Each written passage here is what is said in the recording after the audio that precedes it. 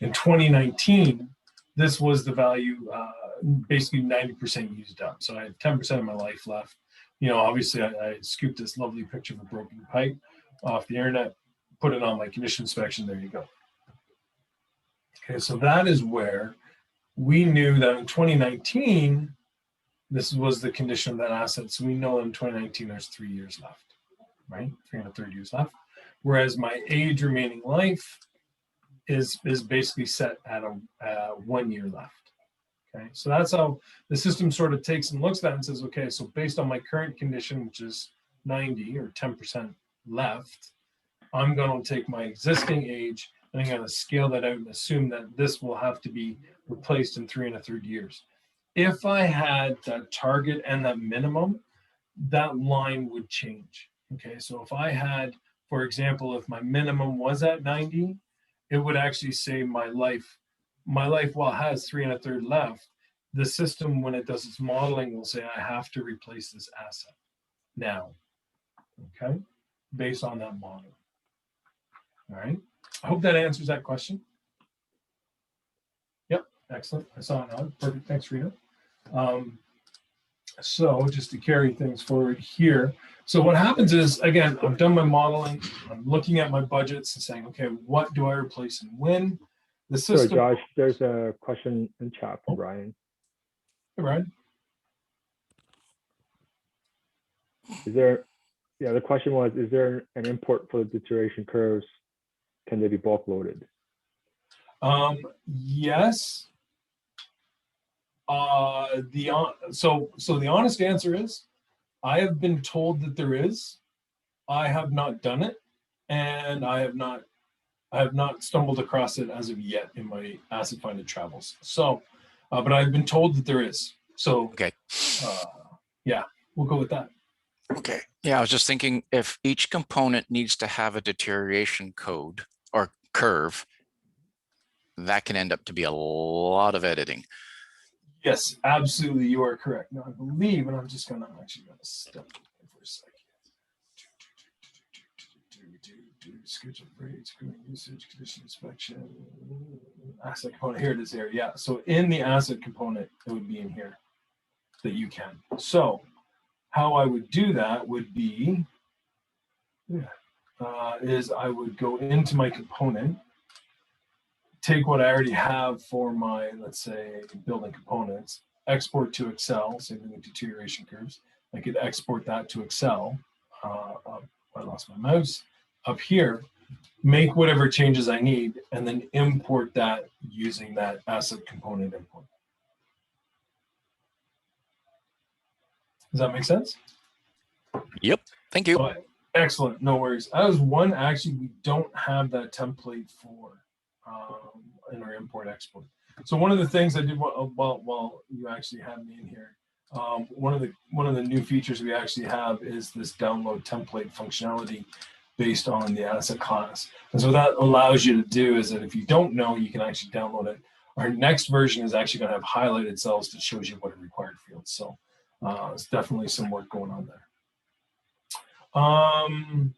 Okay, so great question. Go through here, bang, bang. All right, so replacement. So if I want to go look at my replacement, and let's assume for a second, I'm actually going to pick a year. So if I'm going to say, let's go 2021. And so I am going to equals 2021. Let's go. Not working for me today. Basically what this would allow us to do is to be able to, oh, I did, sorry, my bad. There you go, just was really fast.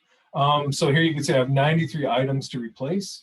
And if I look at my replacement cost, I have $150,000 as my replacement cost of those assets. You'll see I have a bunch that actually have a zero value. Those are things where I have a zero purchase value and a zero replacement value in my component table. So again, if I don't have a purchase price, I won't know what is going to be replaced. If I don't have, if I have if there's zero value in the component table, again, the system won't know what is the replacement cost going to be, so it's going to assume a zero replacement cost. Okay.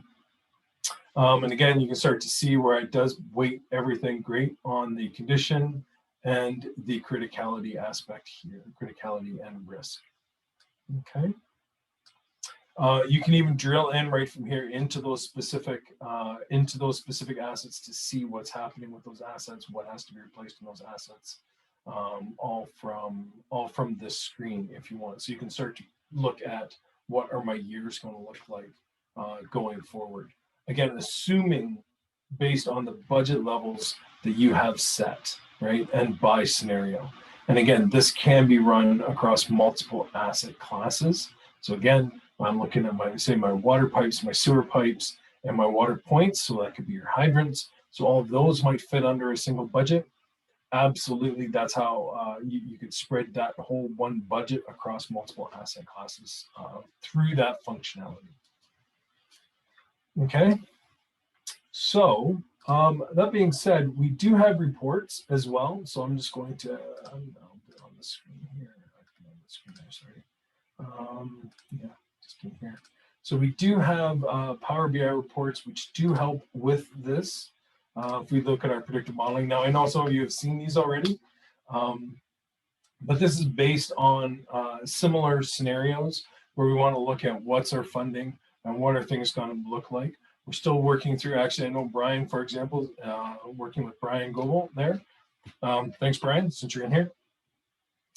Through these reports, getting these built out based on those modeling scenarios and that life of the assets. And again, that's how they're actually set up, is you run your valuations of your assets. You set your budgets through the predictive model budgets. You run your calculate your predictive model, which then starts to look at what everything has to be replaced. And then you can optimize the budget renewal and populate these reports for you. So it is a multi-step process, but in doing so, it does give you that ability to get that long-term view of your assets over time. Okay, so I have 10 minutes left. Is there any questions?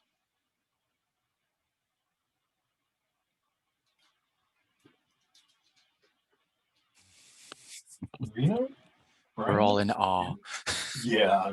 The Power BI report looks cool. So it's not everyone will have these unless they have set up with Asset Finder.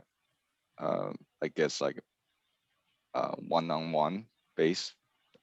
Yeah, we could have a discussion with that for sure. Oh, okay. Some of these reports, yeah, absolutely. Yeah. And we are working at standardizing these. We have standardized a lot of them, and we're working at sort of spreading that out. There was some changes in the data model in the last version that we're still finding as we go through some of these. The more complex models are showing up, so we are still working through them, but absolutely, they are still a very good tool to present to get that visualization out. And just a point to note here, when it does come to the Power BI, we do run them. We have our own Power BI server, so these are publishable if you want them to be. So we can actually publish these. We can host them and publish your reports for you. Could become part of your asset management plan, your public asset management plan, and whatnot. So as part of the reporting models. So yeah. I'll just do a little push there for the Power BI. It is an amazing tool for doing really quick queries into your data. You can just, it's been wonderful having the Power BI handy so that I have these charts, and then also looking at the assets as you do your QA of your editing that you've done and things like that. You can see things live straight out of the data without running scripts. Yeah, absolutely. Absolutely, guys. Yeah. Okay. Any other questions? I do apologize for that technical interruption. Not sure what happened there. We'll get to the bottom of that so it doesn't happen again. But yeah, thanks. Thanks everyone for coming. Sorry, last question. Yeah, sure. Before you go. Yeah. Does Asset Finder, I guess you guys are software companies, so I just wonder, do you guys provide service to kind of project management helping organization to fill the gaps they need to fill in order to come to this beautiful Power BI dashboard. I see our issue is our user, let's say, our department, they are not filling this gap yet, like the unit cost, base life. I wonder if that's part of SF that provides such service to helping fill in the gap. Jay, do you want to answer that one? Sorry, I didn't quite understand the question. It's just adding additional resources to your team around the project management? Yeah, it's like let's say Town of Quackenbush lacking filling the information of unit cost and the base life. I just wonder if SFI now has a service in just helping this like a project to pushing things forward. Absolutely, yeah. We've done that with some other customers in other countries. No reason why we can't do it here in Canada as well. So Thank you. let us know. Okay. Good question. Caleb, you look pondering, or are you actually catching up on your sleep with your eyes open, which is good too. No, I was just listening to Reno's thoughts there. I thought, yeah, because just like Brian was saying, sometimes these tables, there's a lot of work in the background to have it. Once it's up and running, you can balance the bicycle, but getting off the kickstand takes a bit. That's a great analogy. Yeah, I just got my motorcycle license, so yes, true. Slow speed, real pain, but once you get it up to speed, so much easier. It sort of balances itself for sure. Yeah, you're right. You're right on there. Right there, Caleb, for sure. Yeah. We are, just to let you know too, we are working with other engineering companies again, like WSP, AE as well. Are two big companies we are currently active in projects with. And that's part of that project, right? And there is funding, I believe, through I always get this wrong, FCSM, to help get those values to populate into software like Asset Finder to be able to build these reports for you. So there are a series of tools out there to help you definitely get here. Because I think the goal, and this is really one of the key points of having an asset management system, is great. We now have all the data in one spot, but it's what do we do with it now? And how does it judge our day-to-day processes? So that's where these sort of tools come into play. Yeah. I was thinking about those, like I was saying about those deterioration curves. So like Reno, you were saying you had sort of condition ratings, so you can tell, like you could almost average what happens to like a particular kind of asset. Say it was your park benches or whatever, and they're good for 5 years, and then suddenly around 7 they rust out or whatever. You could build something like that, I would think. From like that's really great data to have, because it's not only just the component, but it's the component in your area and how its life cycle actually goes. Like for instance, AC pipe in the ground, it all depends on the soil composition, how long it lasts. Yeah. Some places it's a long time, and other places it's gone in a couple of decades. So I think, and that's an excellent point. We do also, as part of asset, like again, fires, right? If you have maybe a fire happen in an area that could have damaged said soil or compaction or even the asset itself, although it may look fine and still function today, just needed a coat of paint, but you know there was that significant degradation event that may reduce the life of that asset. So absolutely.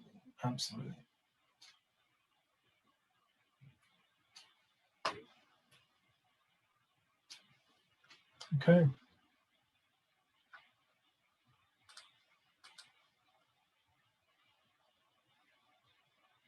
Oliver, do you have any questions? I'm just going to start randomly calling people out here. Oliver from Qualicum, any questions? New to the, well, I'm not IT, but I've been getting my feet wet with Asset Finder in general. For sure. Yeah. We've been doing a little bit of cost tracking internally, but it's been pretty minimal. And I was wondering how and when this getting the unit prices in the system would be taking place. So I'm familiar with unit prices from my last job, but populated those fields in Asset Finder here? Yeah. So, and again, there are a couple of things that we can do with that based on your valuations. Is that you can actually run it through here, through the screen, or look at your replacement cost valuation process, which takes a look at your current costing, installation cost, and apply inflationary factor. But this was the more accurate way to go about it, definitely, through this process. We do create lots of work requests for any time we touch one of our assets. And, we do track that fairly well as like a service record, but I was a little bit surprised that Asset Finder is not integrated with other programs for like payroll and accounting, so that you don't have to enter, how much did I pay for this pipe? I have to enter that twice, once for the invoice and once to put in Asset Finder. Same as payroll. It's a little odd that you have to put in payroll to, have someone get paid, and then you have to enter the same information into Asset Finder to track how long it took to do a job. Right. Well, exactly. That's a great point. We do have in Asset Finder, maybe not when you initially did your implementation, but we do have the ability in Asset Finder now to be able to track those costs to an asset through the work order. So as an example, if I was to look at my maintenance, I could actually see the different work orders that are tied to the asset. And then if I go actually into that work order, it's a great point. We do have this costs tab here, which allows us, you can actually use this for recording your time. You can, using our mobile product, we look at our Unity mobile product, there is a timesheet component involved there, which could be used to interface with a payroll system if necessary, plus update back here into the schedule of costs, which is then allocated to the asset itself. So we do have tools in play to make that work today. We probably didn't when we initially, actually, no, we didn't when you were initially implemented. We absolutely can have those conversations about syncing some of that up, because that's most definitely part of our process now, for sure. We do populate that cost field for some of our activities, but not all. Yeah. Okay. Yeah, it does. It does work, and then allocates back to that asset through the proportion cost component, for sure. Yeah. One thing about this proportion cost table, would you please click the cost table for me, please? Back over here. Yeah. Yeah. The schedule of rates, if you click on it, it's just Right here. Yeah. It's showing every single years, and if we populate every year, then sometimes it's just very overwhelming for our user to see all I these agree. items, and Yep. it's just need to be more user friendly for them to adapt. Yeah. So we actually, that can be managed more easily through security, Reno, where what you do is you set up your 2020. It's a different schedule, if you will. You could export and import that, and then just cut it out from security, so they just wouldn't see it because they don't have access to it. So there are some ways around it. It's not perfect. There is no quote unquote current flag. I get your point, but that is an option there too. Yeah. Okay, thanks. Yeah. Good question. Good point. And you're right. It can be overwhelming, especially if you go all through time. So yeah. It'll be a good discussion.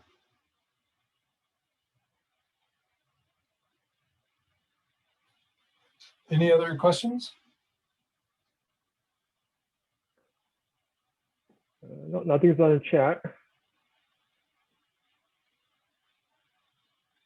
So I think we're good. Excellent. Okay. Yeah. All right. Well, thanks everybody for your time. Thanks, Thank you. Josh. Thanks, Jay.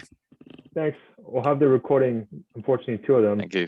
available sometime this week. All right. Thanks, everyone. Bye now. Yeah.